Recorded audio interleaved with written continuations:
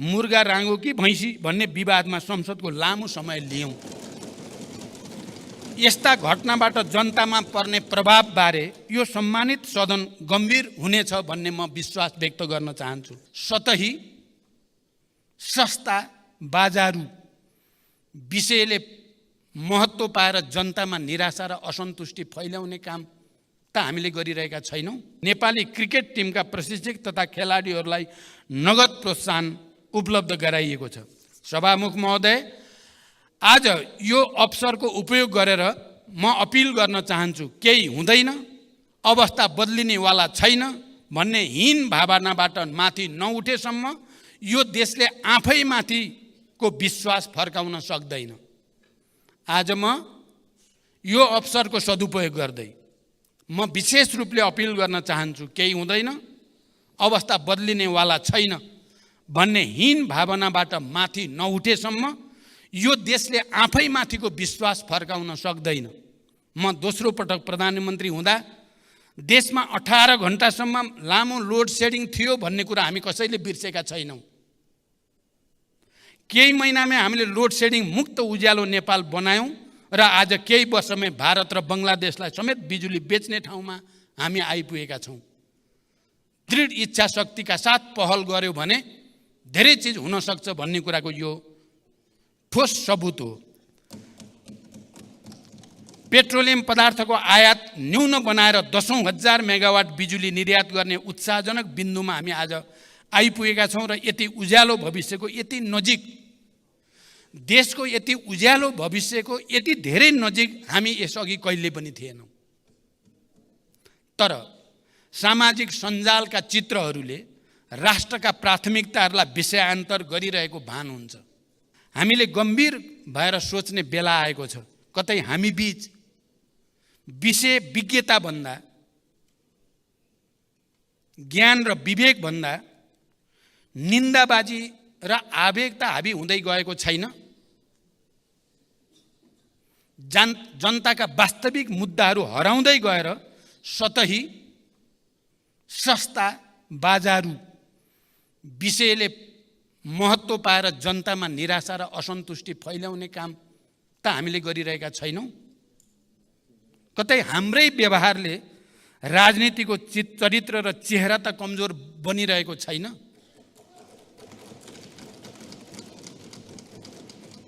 यो सत्य हो। लोकतन्त्र अब भावनात्मक आधारले मात्रै सुदृढ हुँदैन, त्यसलाई तथ्यात्मक आधार चाहिन्छ। मतदाताको रूपमा देशमा एउटा नयाँ पुस्ता तयार भइसकेको छ, जसले त्यस्तो पुस्ता जसले युद्धको विभीषिका देख्नु परेन।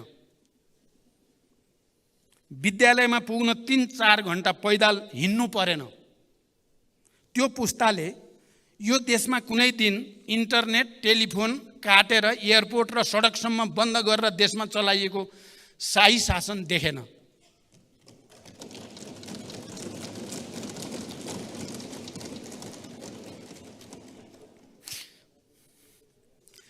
सञ्चार गृहमै पसेर वर्दीधारीहरूले सम्पादकहरूलाई के छाप्ने, के देखाउने, के सुनाउने भनेर निर्देशन दिन्थे भन्ने इतिहास पनि आज सोसियल मिडियामा उन्मुक्त पुस्तालाई थाहा छैन।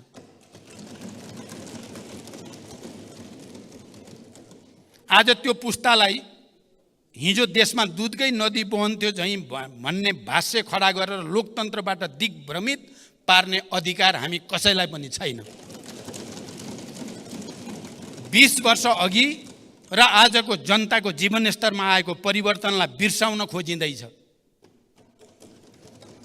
सुशासनमा समस्याले यो अवस्था सिर्जना भयो। सुशासनको प्रत्याभूति गर्दै लोकतन्त्रको सुदृढीकरणका लागि सिङ्गो संसद एक ठाउँमा उभिनेछ भन्ने मेरो विश्वास सुदृढ हुँदै गएको छ।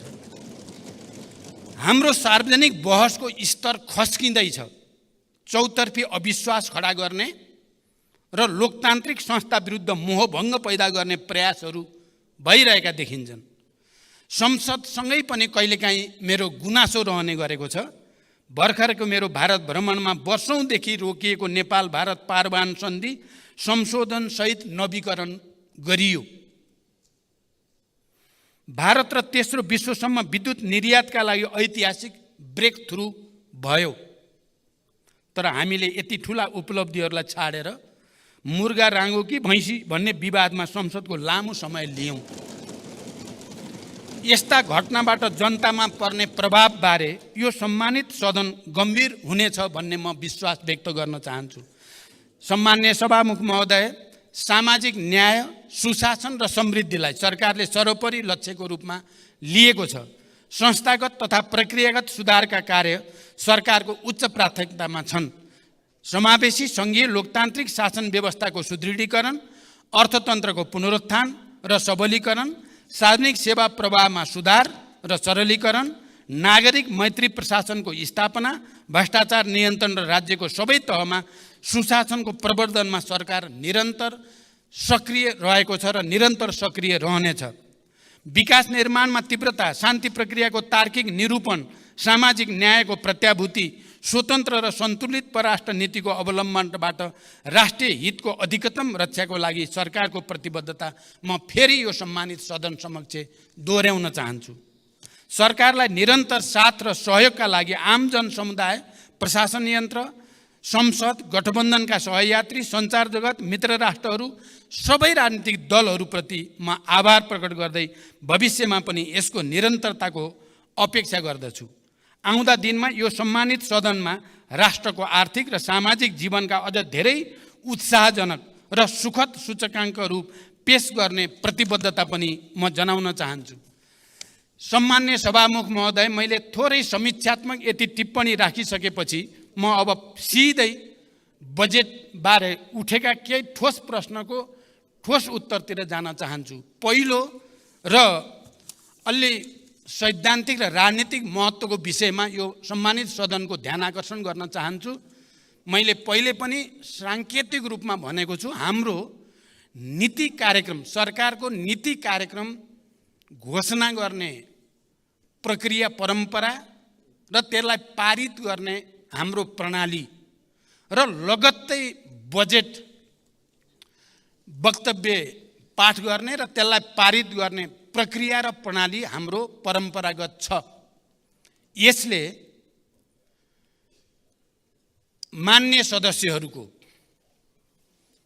लोकतान्त्रिक अधिकार र नीति कार्यक्रम, सरकारको नीति कार्यक्रम बनाउने कुरा र बजेट निर्माणको कुरामा जुन सक्रियता र योगदान संस्थागत हुनुपर्ने हो, त्यस्तो हुने गरेको छैन। मैले पहिला पनि भनेको छु, यो प्रक्रियालाई हामीले यसै पटक बदल्ने सोच त बनायौँ। यसै पटक नीति कार्यक्रम र बजेटको बीचको अवधि बढाउने, नीति कार्यक्रमको विषयमा सदनमा छलफल गरेपछि सांसदहरूले प्रस्तुत गरेका विषय समेतलाई समावेश गरेर त्यसलाई परिमार्जित गरेर टुङ्ग्याउने, त्यसै गरिकन नीति कार्यक्रमले अङ्गीकार गरेको विषयलाई आधार बनाएर बजेट निर्माण गर्ने र त्यो बजेटमाथि पनि सबै मान्य सदस्यहरू निर्वाचितदेखि समानुपातिक राष्ट्रिय सभाका सबैको पनि योगदानबाट त्यसलाई पनि संशोधन र परिमार्जन गर्ने र त्यसलाई एउटा नयाँ निष्कर्षमा पुर्याउने जमर्को हामीले नगरेको होइन। तर यो पटक हामीलाई समयको साह्रै ठुलो दबाब रह्यो, हामीले त्यसो गर्न सकेनौँ। म त्यसकारण नीति कार्यक्रम र बजेटका सन्दर्भमा यो सम्मानित सदन समक्ष र सबै राजनीतिक दल र नेताहरूलाई, राष्ट्रिय सभाका मान्य सदस्यहरूलाई पनि र सम्पूर्ण बुद्धिजीवी नागरिक समाज र आम जनतासँग पनि म एउटा अपिल गर्न चाहन्छु। बजेट निर्माण प्रणालीमा सुधारका सम्बन्धमा सम्मानित यस सदनमा मान्य सदस्यहरूबाट जिम्मेवारीपूर्वक सुझावहरू प्रस्तुत त भएका छन्। बजेट निर्माण प्रणालीमा सुधार ल्याउनकै लागि आर्थिक वर्ष 2080-81 को बजेट वक्तव्यको बुँदा नम्बर 29मा आगामी वर्षदेखि मन्त्रालयगत बजेट सीमा निर्धारण भए पश्चात फागुन मसान्तभित्र विनियोजन विधेयकका सिद्धान्त र प्राथमिकता सङ्घीय संसदमा पेश गर्ने व्यवस्था मिलाइनेछ। यसबाट विनियोजन विधेयकका सिद्धान्त र प्राथमिकता उप पर्याप्त छलफल गरी मान्य सदस्यहरूबाट प्राप्त मार्गदर्शन र सुझावका आधारमा यथार्थपरक बजेट तर्जुमा गर्न सघाउ पुग्ने विश्वास लिएको छ भन्ने विषय प्रस्तुत गरेको छु। बजेट निर्माणमा सांसदको कुनै पनि भूमिका नभएको आजसम्मको बजेट निर्माण गर्ने प्रणालीलाई परिवर्तन गर्दै आगामी वर्षदेखि बजेट निर्माण गर्ने कार्यमा प्रतिनिधि सभाका प्रत्यक्ष निर्वाचित सांसदको संयोजकत्वमा सम्बन्धित क्षेत्रका अन्य सांसदहरू समानुपातिक समेत राष्ट्रिय सभाका पनि सांसदहरू समेतको सल्लाह अनुसार बजेट निर्माण गर्ने परिपाटी सुरु गर्ने सम्बन्धमा सम्मानित सदनमा प्रतिबद्धता व्यक्त गर्दछु र यसमा सबैको सहयोगको निम्ति म हार्दिक अपिल र अनुरोध पनि गर्न चाहन्छु।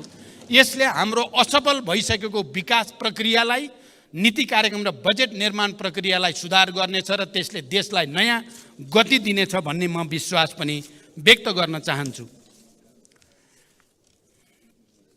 संविधानमा व्यवस्था भएका मौलिक हकको संरक्षण र कार्यान्वयन गर्नु राज्यको प्रमुख दायित्व हो। नागरिकले प्रत्यक्ष महसुस गर्ने गरी संविधानमा उल्लेखित मौलिक हकको कार्यान्वयन गर्न सरकार सदैव अग्रसर छ। यसका लागि आवश्यक कानुनहरूको तर्जुमा गरिनुको साथै सरकारको आवधिक योजना तथा वार्षिक कार्यक्रम मार्फत कार्यान्वयनमा जोड दिएको बेहोरा यस सम्मानित सदनमा जानकारी गराउन चाहन्छु। संविधानत नेपालको राष्ट्रिय एकताको प्रतीकका रूपमा सम्मानित राष्ट्रपति संविधानको पालक र संरक्षक मानिएको छ। सम्मानित राष्ट्रपति संस्थाले नेपालको संविधान, सङ्घीय कानुन एवं नेपाल सरकार मन्त्री परिषदको सिफारिस समेतका आधारमा नेपाली जनताको सर्वोत्तम हित र कल्याणका लागि संविधान र सङ्घीय कानुन बमोजिम कार्य सम्पादन गर्दछ। राष्ट्रपतिले आफ्नो पदीय काममा सहयोग पुर्याउन राष्ट्रपति र उपराष्ट्रपतिको पारिश्रमिक तथा सुविधा सम्बन्धी ऐन 2074 मा बढीमा 7 जना विज्ञ नियुक्त गर्न सक्ने कानुनी व्यवस्था भए पनि 5 जना विज्ञ मात्र नियुक्त भई कार्यरत हुनुहुन्छ। म यो जानकारी गराउन चाहन्छु। प्रधानमन्त्री तथा मन्त्री परिषदको कार्यालयको सुधारको सम्बन्धमा मान्य सदस्यहरूले दिनुभएको सुझाव सान्दर्भिक र महत्त्वपूर्ण रहेका छन्। नेपाल सरकार कार्यविभाजन नियमावली अनुसार यस कार्यालयले मुख्यतः नेपालको शासन व्यवस्थाको सामान्य निर्देशन, नियन्त्रण र सञ्चालन तथा सङ्घ, प्रदेश र स्थानीय तहको समन्वय र सहजीकरण गर्ने, सरकारी निकायका काम कारबाहीको समन्वय, अनुगमन र सहजीकरण, सुशासन, प्रवर्धन एवं प्रशासनिक सुधार जस्ता महत्त्वपूर्ण जिम्मेवारी वहन गर्दै आएको छ। नेपालको संविधान बमोजिम प्रधानमन्त्री र मन्त्री सामूहिक रूपमा सङ्घीय संसदप्रति उत्तरदायी हुने र आफ्नो मन्त्रालयको कामका लागि व्यक्तिगत रूपमा प्रधानमन्त्री र संसदप्रति उत्तरदायी रहने व्यवस्था रहेको छ। प्रत्येक विभागीय मन्त्री र आफ्नो मन्त्रालयको कार्यप्रति प्रधानमन्त्रीप्रति समेत उत्तरदायी रहेर कार्य सम्पादन गरिरहेको जानकारी पनि म गराउन चाहन्छु। मन्त्रालयका काम कारबाही प्रधानमन्त्रीसँगको समन्वयमा नै सम्पादन भइरहेका छन्। सबै मन्त्रालय तथा निकायहरूलाई उपलब्ध स्रोत साधनको सीमाभित्र रही सन्तुलित विभाजनको प्रबन्ध गरिएको छ। प्रधानमन्त्री तथा मन्त्री परिषदको कार्यालयको भूमिका र कार्यक्षेत्रलाई थप प्रभावकारी बनाउन रणनीतिक योजना तयार गरी सङ्गठन तथा व्यवस्थापन सर्वेक्षणको कार्य अन्तिम चरणमा पुगेको जानकारी गराउन चाहन्छु। रणनीतिक योजना र सङ्गठन तथा व्यवस्थापन सर्वेक्षण प्रतिवेदनका आधारमा प्रधानमन्त्री तथा मन्त्री परिषदको कार्यालयको पुनर्संरचना गरिनेछ। राष्ट्रिय अनुसन्धान विभाग, सम्पत्ति शुद्धिकरण अनुसन्धान विभाग, राजस्व अनुसन्धान विभाग लगायतका निकायहरूको कार्य सम्पादन प्रभावकारिताका सम्बन्धमा मान्य सदस्यहरूले देखाउनु भएको चासोप्रति म सकारात्मक छु र आफ्नो तर्फबाट त्यसमा सुधारको निम्ति पहल गर्ने विश्वास पनि दिलाउन चाहन्छु। योग्यता, क्षमता र निकायगत कार्य प्रकृतिको आधारमा प्रधानमन्त्री तथा मन्त्री परिषदको कार्यालयका साथै मन्त्रालय, निकायमा सचिव लगायत सबै कर्मचारीहरूको पदस्थापन तथा सरुवा गर्ने व्यवस्था मिलाइएको छ। कर्मचारीलाई उत्प्रेरित गराउँदै कार्य सम्पादन स्तरका आधारमा आफ्नो कामप्रति उत्तरदायी बनाउने र प्रोत्साहन तथा दण्डको नीति लिइएको छ।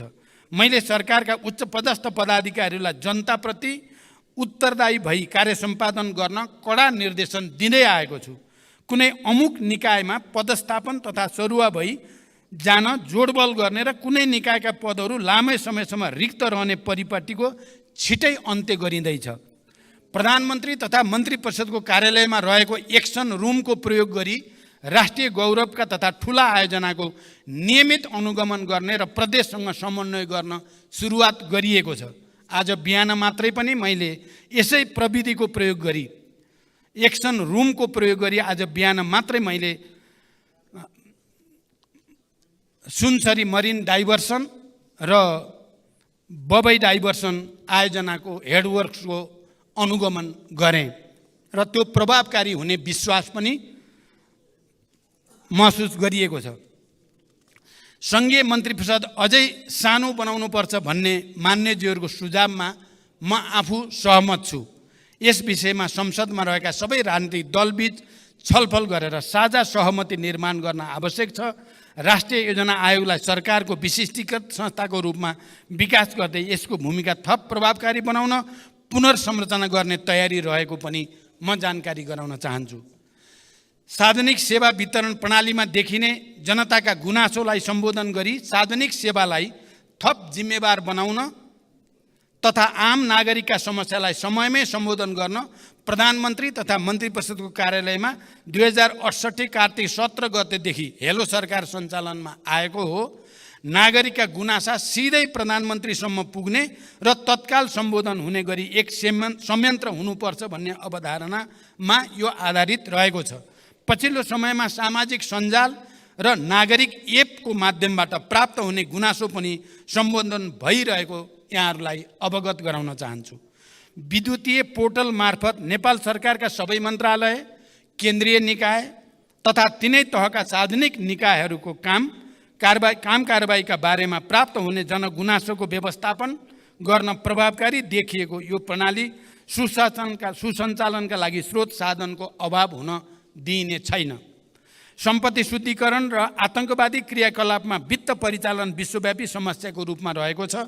विश्वव्यापी सम्पत्ति शुद्धिकरण र आतंकवादका बीच वित्त परिचालनबारे निगरानी गर्ने संस्था फाइनेन्सियल एक्सन टास्क फोर्सले तय गरेका 40वटा परिसूचकका आधारमा रहेर एसिया पेसिफिक ग्रुपसँगको सहकार्यमा नेपालको पारस्परिक मूल्याङ्कनको कार्य भइरहेको छ।